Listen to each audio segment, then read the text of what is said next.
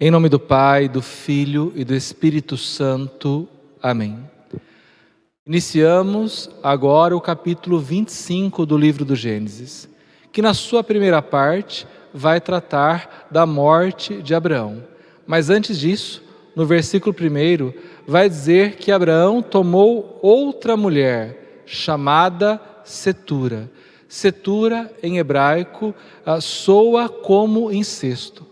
Talvez porque se tratasse de uma mulher muito mais nova do que Abraão, tomada ali do povo que estava sendo formado a partir dele. De Cetura descendem os povos árabes, como sugerem os nomes dos filhos de Cetura que vêm aqui nas sequências do versículo 3 e 4. Tomando o versículo 5, diz assim o autor sagrado: Abraão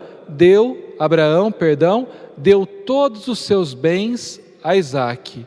O que isso quer dizer? Quer dizer que Isaque é seu único herdeiro.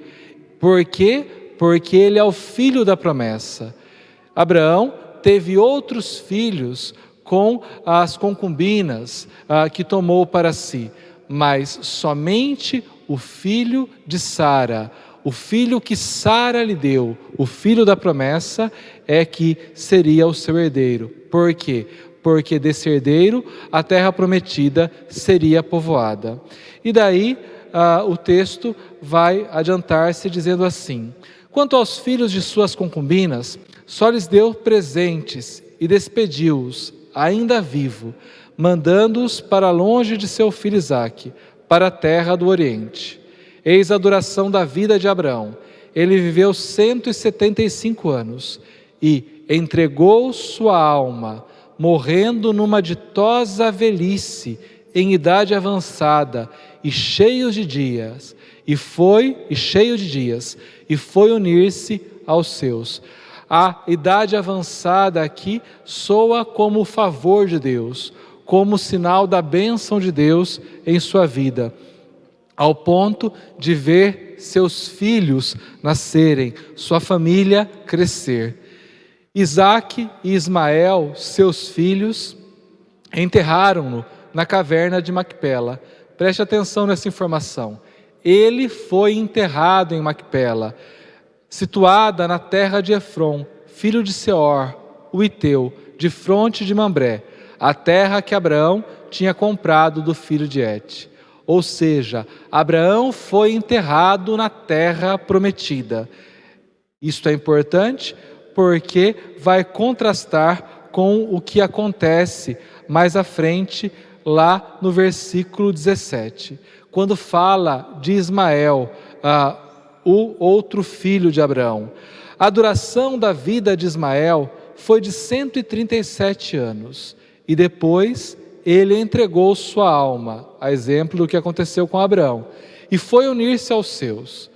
Mas em nenhum momento fala onde Ismael foi enterrado, porque vivia errante ali pelo deserto, vivia como um beduíno, ao passo que Abraão já estava tomando posse da terra prometida. Por isso foi enterrado na terra prometida, ali em Macpela, juntamente com a sua esposa Sara. Retornando um pouco, o versículo 12 vai dizer sobre a descendência de Ismael. E se observarmos os nomes que se seguem a esta descendência, o que se vê é que são as tribos da Arábia do Norte, que são compostas pela descendência ali de Ismael. No versículo 29, nós vemos a descendência de Isaque, isto é, os filhos que Rebeca deu a ele. Eis a história de Isaque, filho de Abraão. Abraão gerou Isaque. Isaque tinha a idade de 40 anos quando se casou com Rebeca, filha de Batuel, o arameu, de Padã Arã, irmã de Labão, o arameu. Isaque rogou ao Senhor por sua mulher, que era estéril. Da mesma forma como Sara, sua mãe, fora estéril, agora Rebeca também era estéril. E esta informação é importante porque Rebeca é curada da sua esterilidade pela intercessão do patriarca. A esterilidade de Rebeca ressalta e exalta a ação de Deus, mostrando que Ele é o autor da fecundidade extraordinária que a Rebeca passa a ter, gerando gêmeos para Isaque. O Senhor ouviu e Rebeca, sua mulher, concebeu. Como as crianças lutassem no seu ventre. Lutassem. Por quê? Porque no ventre de Rebeca há povos rivais, ainda em estágio embrionário. Muito mais do que dois irmãos lutando entre si. Há dois povos em estágio embrionário, lutando no ventre de Rebeca. Ela disse: se é assim, por que me acontece isso?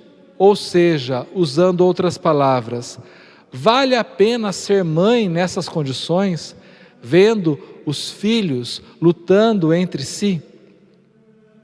E ela, por esse motivo, foi consultar o Senhor, ou seja, foi visitar um lugar sagrado para ouvir a Deus a respeito do que estava acontecendo consigo, da luta que os filhos travavam em seu seio.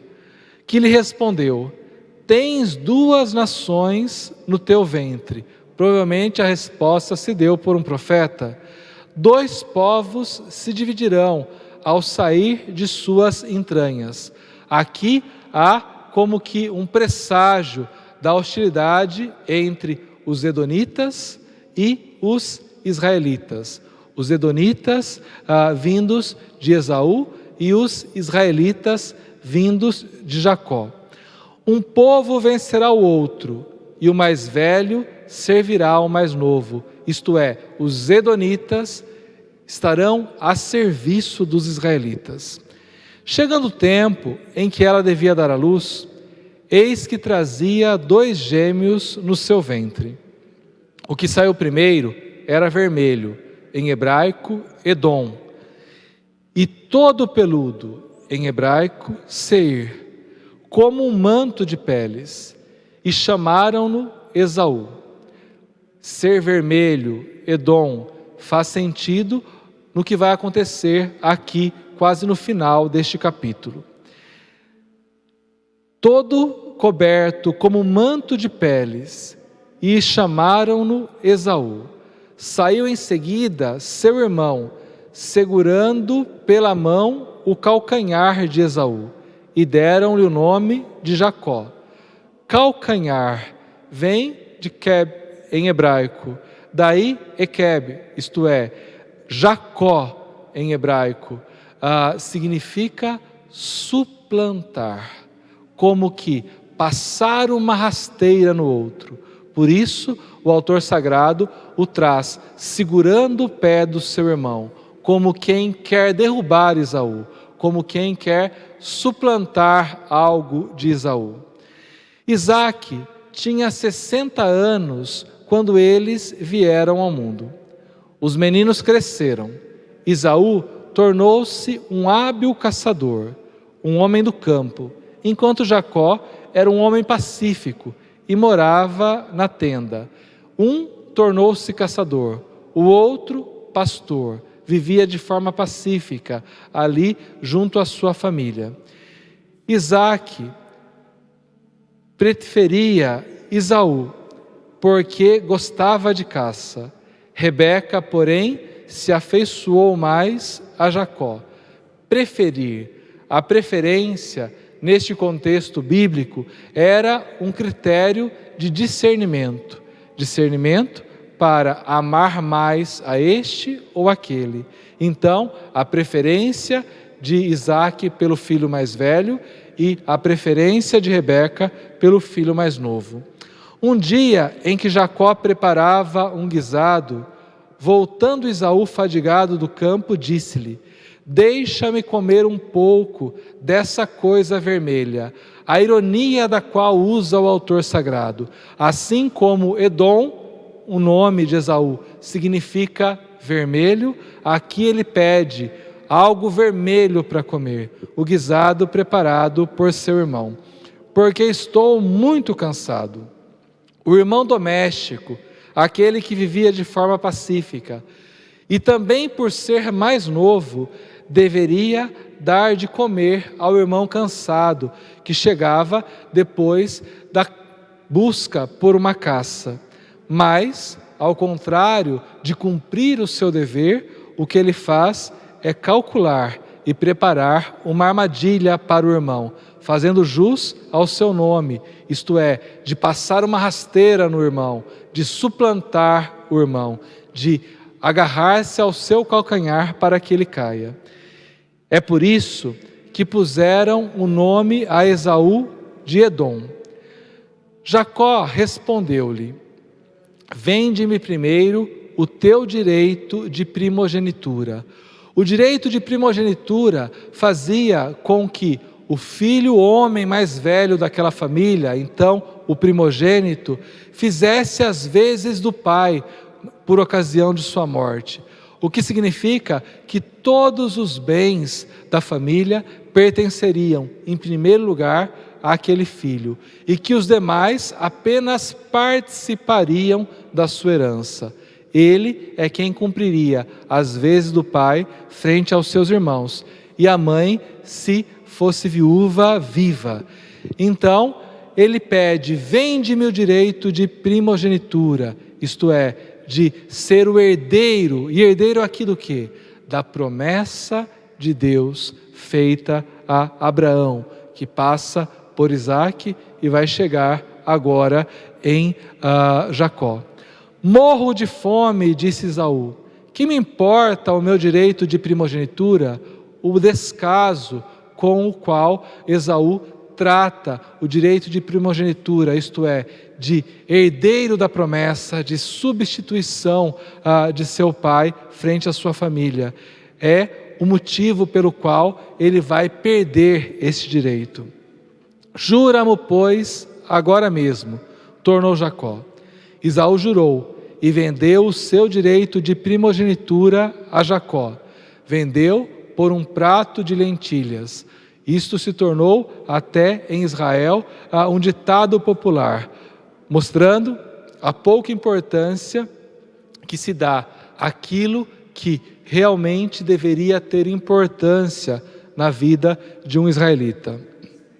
Este deu-lhe pão e um prato de lentilhas. Esaú comeu, bebeu, depois se levantou e partiu. Foi assim que Esaú desprezou o seu direito de primogenitura. Para a nossa próxima aula, peço que você faça a leitura do capítulo 26 do livro do Gênesis. Comece esta leitura. Desça sobre vós a bênção do Deus Todo-Poderoso, Pai, Filho e Espírito Santo. Amém.